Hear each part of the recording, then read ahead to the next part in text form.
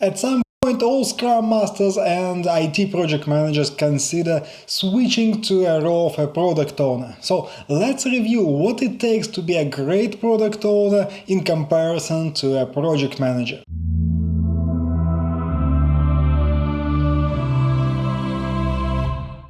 And as always, we want to compare apples with apples. That's why we're going to compare responsibilities and the required skills of a product owner to a project manager of a small to medium project. So first of all, let's take a look at the main responsibility of a product owner as Scrum Guide puts it. The product owner is accountable for maximizing the value of the product resulting from the work of the Scrum team. I wish Scrum Guide could have a section which actually says what it really takes to implement this requirement. In essence, it means that a product owner should set goals for the product, including financial ones.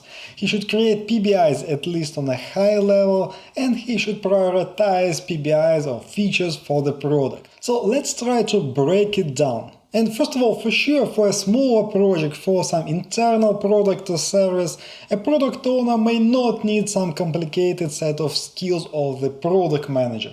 But if we are talking about something bigger, then the product owner should have all the skills of a matured product manager. First of all, you need to know how to analyze the demand of the market. Then you need to analyze how users actually use your application and what features they need. Which in essence means that a product owner should spend a lot of time analyzing the market and talking with the end users to come up with the high-level requirements for the product. And I want to stress this out, it's not only about the features and requirements. I think to some extent all of us can come up with ideas of how the product should look like. But then we need to set up some financial goals, how to make this product sustainable so that we can continue development in the future. In this regards, project manager does nothing. I want you to feel the difference.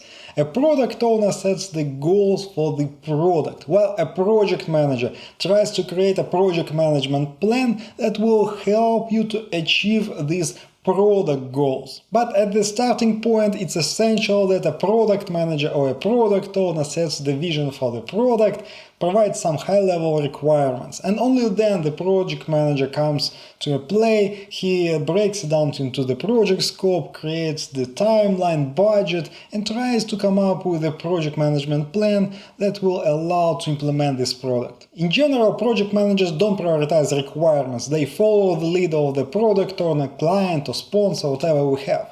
But sometimes you need to triage requirements to ensure that the product or service with the minimal required functionality can be implemented within the constraints that product owners provided us. And the big idea here is that a project manager must strike a balance between the business value of each requirement and its feasibility. Okay, next on the list is writing requirements or providing product backlog items. So from product owner's perspective, it's his or her main responsibility. For sure, for bigger projects, a product owner may have some subordinates who write or collect the information for these PBIs, and he only approves them. But I want you to consider this from the perspective of efforts and time. So a product owner needs to spend a lot of efforts communicating with his subordinate product owners or business analysts to collect all these high-level requirements. In addition to that, he needs to work with UX and UI designers to come up with some visuals, mockups, or wireframes. And it's all in addition to the commitments to the Scrum team or even several Scrum teams. A product owner should be available for the Scrum team on a daily basis. From the project manager's perspective, PM usually manages the work of business analysts, which usually means that business analyst communicates with the product owner or the product manager to collect requirements,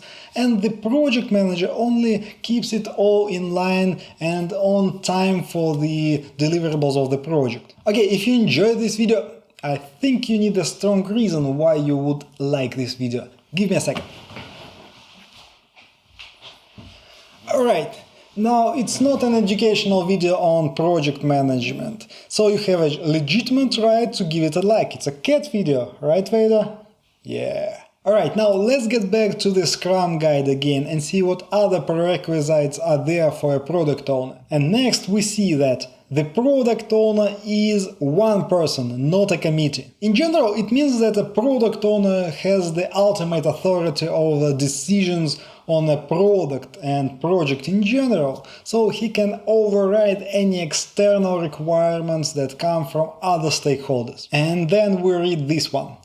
For product owners to succeed, the entire organization must respect their decisions. Okay, now let's try to put these two statements together. And first of all, you need to understand that Scrum Master and Scrum team, they don't manage other aspects of a product or project other than implementing features. It means that a product owner himself, one person, should manage all other aspects like costs, timeline, risks, and what's more important, stakeholder management. And it's not only about the project, it's also the product life cycle. So it means that a product owner should have exceptional leadership skills. He should be a great communicator. He should manage stakeholders across the whole project and product development. And even if you have a title of a product owner, it doesn't isolate you entirely from the internal politics, from the negotiation for the budget, and some other problems with stakeholders in your company. Personally, in 10 years of my practical experience as an IT project manager, I saw only one such product owner, and it was high-level executive. So how does that compare to the project manager's role? And in essence, there is no similarities here,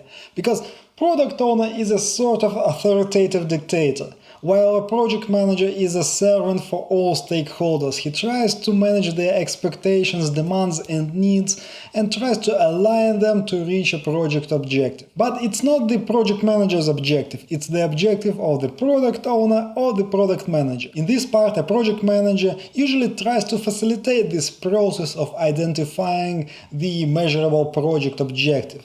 Because not all clients, not all product owners understand how to do it efficiently. And as I said, a project manager tries to work with all stakeholders across the board. It's not only one product owner. We understand that all stakeholders can provide some requirements that will make the project better, or at least it will not impede the project progress. So if you want to become a product owner, you need to improve your skills in business analysis and market analysis. You need to improve your skills in writing specifications and requirements. In addition to that, you need to master stakeholder management in all its aspects, including negotiations and even internal politics of your company. Likewise, you may get even more responsibilities and more time-consuming activities during your workday, so you should increase your productivity and time management skills as well. Always keep in mind that as a product owner, you will become a bottleneck for your teams. Okay, I want to know your feedback.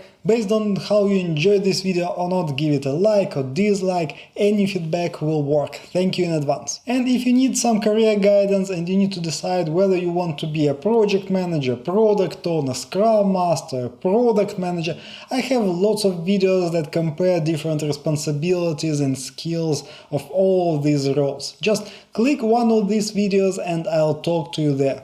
Thank you, see you later, bye bye.